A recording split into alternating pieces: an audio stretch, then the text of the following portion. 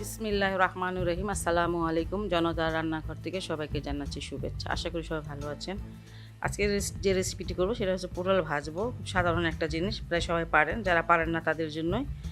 আর এখানে আমি ৬টা পটল নিয়ে নিয়েছি, একটু বড় সাইজের পটল নিয়েছি। আর এটাকে কেটে মানে কেটে না, ছিলে তারপর কেটে নিয়েছি। আর এইভাবে একটু কেচে কেচে নিয়েছি উল্টা সাইডটা। যাই হোক, এখন আমি এগুলো মাখাবো।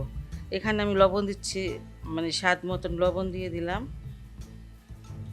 মরিচের গুঁড়া কোয়াটার চামচ, হলুদের গুঁড়াটাও কোয়াটার চামচ, জিরার গুঁড়াটা কোয়াটার চামচ, ধনিয়ার গুঁড়াটা কোয়াটার চামচ, আদা রসুনের পেস্টটাও একটু বেশি, কোয়াটার চামচ থেকে আধা চামচের মতন। আর এগুলো সবগুলো আমি খুব ভালো করে মাখিয়ে নেব।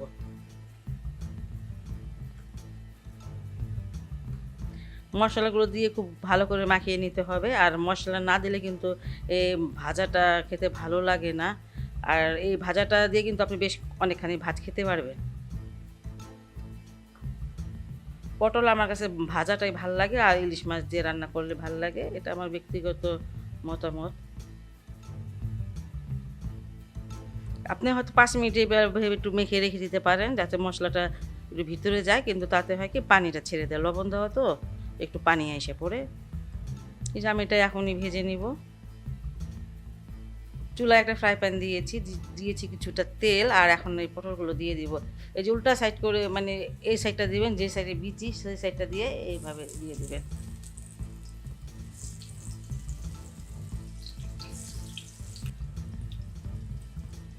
সবগুলো পটল আমি দিয়ে দিলাম ভাজার জন্য। আর এটা এখন আমি একটু ঢেকে দিব। আঁচটা বেশি দেওয়া যাবে না, লো মিডিয়ামের মাঝামাঝি দিতে হবে। বেশি আঁচে দিলে পুড়ে যাবে, আর পটলটা পুড়ে গেলে খেতে ভালো লাগবে না। এটা আমার নরম হবে কিন্তু পুড়বে না। এইভাবে করে ভাজবেন, দেখবেন যে খেতে কতটা ভালো লাগে। 5 মিনিট আমি এটাকে ভাজলাম। আঁচটা কিন্তু কম রেখেছি, এই যেমন ভাজা হয়েছে। ঢেকে দিলে হবে কি, এটা নরম হয়ে যাবে পটলটা।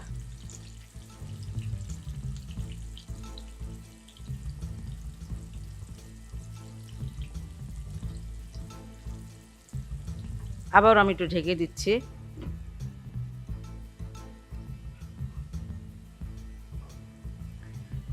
এদিকটাও আমার ভাজা হয়ে গেছে।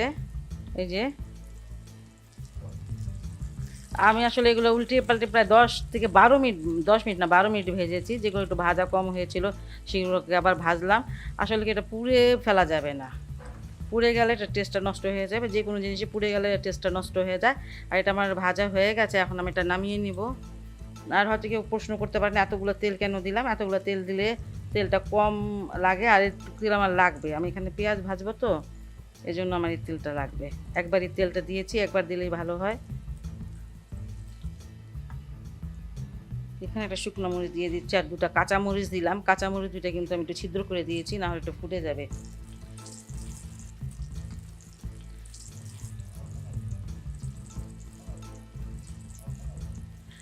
আচ্ছা, এখানে একটু মশলা ছিল, পটলগুলো যে মাখিয়েছিলাম সেই মশলাটা, সেটার মধ্যে আমি এই যে 1 বাটি পেঁয়াজ দিয়েছি, আর এই মশলার সাথে পেঁয়াজটা মেখে নিচ্ছি। এই মশলাটা কখনো ফেলে দিবেন না, এটা দিয়ে এই পেঁয়াজটা মেখে দিলে পেঁয়াজটা খেতে ভালো লাগে। আবার এখন এই পেঁয়াজটা দিয়ে দিচ্ছি আমি।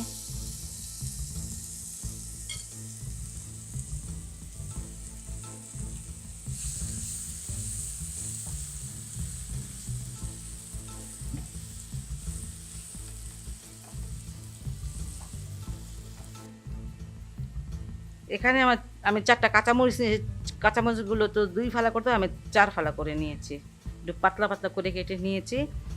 আর পেঁয়াজের জন্য তো কোনো লবণ দিইনি, এখানে আমি একটু লবণ দিচ্ছি। আর লবণ যদি না দেন খেতে কিন্তু মোটেও ভালো লাগবে না, লবণ দিতেই হবে। লবণটা দিয়ে দিলাম, এবার আমি এগুলো একটু ভেজে নেব।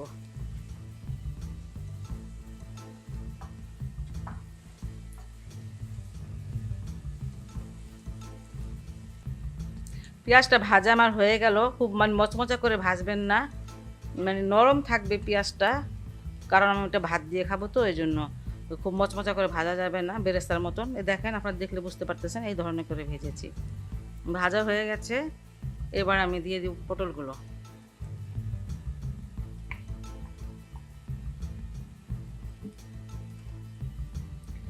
উল্টিয়ে পাল্টিয়ে পটলের সাথে মানে এই পেঁয়াজগুলো একদম লাগিয়ে লাগিয়ে নেবেন। এটা দিয়ে ভাত খেলে সত্যি সত্যি খুব ভালো লাগে, আমার ভালো লাগে, হয়তো বা আপনাদের লাগতে পারে জানি না। তবে এই ধরনের মানে খাবার অনেক সময় ভালো লাগে, হালকা পাতলা খাওয়া।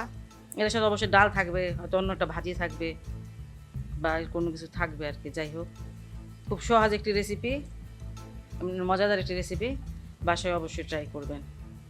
আর যদি আপনাদের আমার এই রেসিপিটি ভালো লাগে তাহলে অবশ্যই অবশ্যই আমার চ্যানেলকে লাইক কমেন্ট সাবস্ক্রাইব করবেন। সে বিষয়ে ভালো থাকুন, সুস্থ থাকুন, নিরাপদে থাকুন, এই দোয়া করি। আল্লাহ হাফেজ।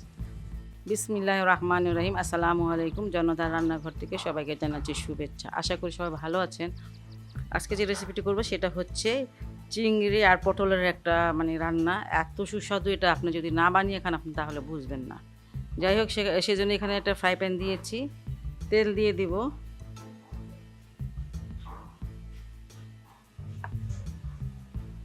এখানে আমি বেশ কিছুটা পেঁয়াজ নিয়ে নিয়েছি, পেঁয়াজটা দিব। আর পেঁয়াজটা যে গোল করে কেটে নিয়েছি, যেইভাবে আমি পটলটা কেটেছি সেভাবে পেঁয়াজটাও কেটে নিয়েছি।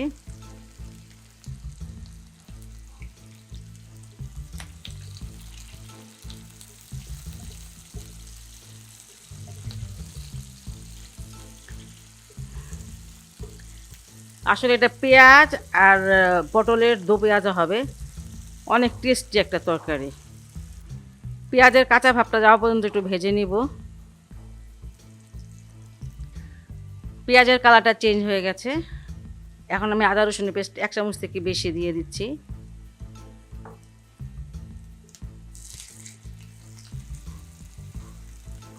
স্বাদ মতন লবণ দিয়ে দিব।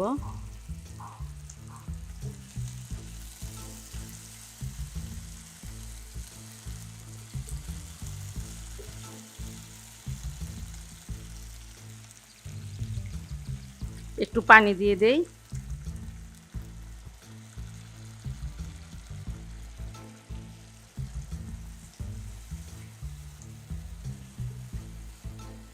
খুব একটা মশলা লাগে না এই তরকারিটা।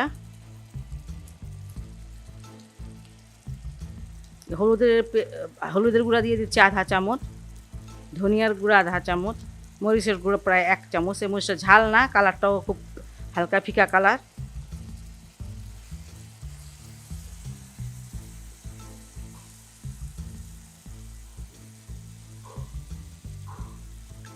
এখানে চিংড়ি মাছ আছে, সেটা দিয়ে দিচ্ছি। এখানে 250 গ্রাম চিংড়ি মাছ আছে, এটা আমি ভালো করে কুটে কুটে তারপর রক ফেলে দিয়েছি। আর আপনারা যদি চান হালকা ভেজে নিতে পারেন, চিংড়ি মাছটা ভাজলে শক্ত হয়ে যায়, আমি এই জন্য ভাজলাম না।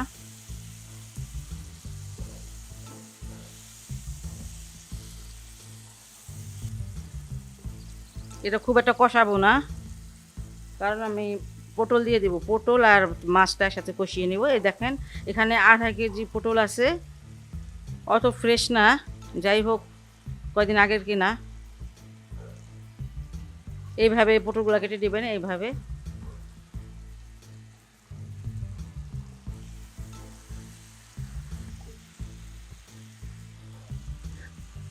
এই যে এখানে বেশ কিছুটা পেঁয়াজ আছে, সেটাও দিয়ে দিচ্ছি। পেঁয়াজ পটল সব কিছু একসাথে এখন আমি ভালো করে কষিয়ে নেব।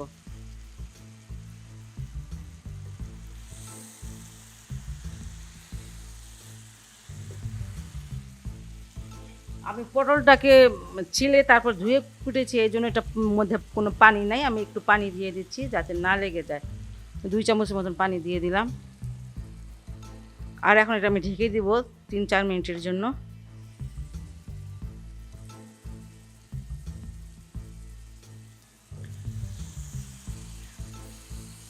5 মিনিটের মতন আমি এটা কষিয়ে নিয়েছি। আর এই 5 মিনিট আমি বেশ কয়েকবার নেড়ে দিয়েছি। এখন পেঁয়াজ তারপরে পটল সব মানে একসাথে মিশে গেছে, এটার কাঁচার ভাবটাও চলে গেছে, কষানোটা হয়ে গেছে। আর দেখেন, আমি চিংড়ি মাছটা কিন্তু দেখাতে ভুলে গেলাম।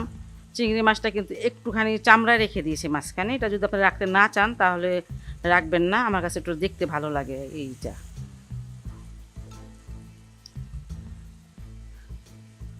পানি দিয়ে দিব।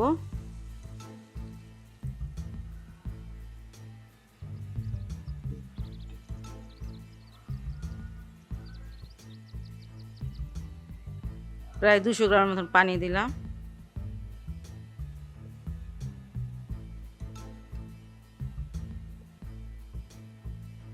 এখানে 3টা কাঁচামরিচ দিয়েছি, এই গোল গোল মানে করে কেটে নিয়েছি এইভাবে। এখানে আধা চামচ আছে ভাজা জিরার গুঁড়া, সেটা দিয়ে দিচ্ছি।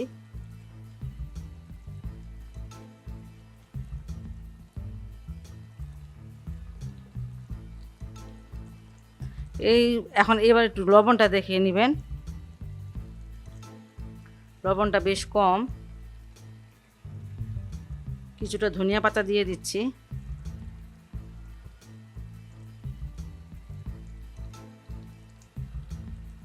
আঁচটা কিন্তু বরাবর একই রকম আছে, মিডিয়াম আঁচে রান্না করতেছি আমি। সব কিছু দিয়ে দিলাম। এবার আমি এটা ঢেকে দিব, আবার 5-7 মিনিটের জন্য একটু ঢেকে দিলাম। তরকারিটা মাশাআল্লাহ দেখেন দেখতে কত সুন্দর হয়েছে। তরকারিটা আমার হয়ে গেল। খুব একটা মজাদার তরকারি না রান্না করলে বুঝবেন না। যাই হোক, বাসায় অবশ্যই ট্রাই করবেন।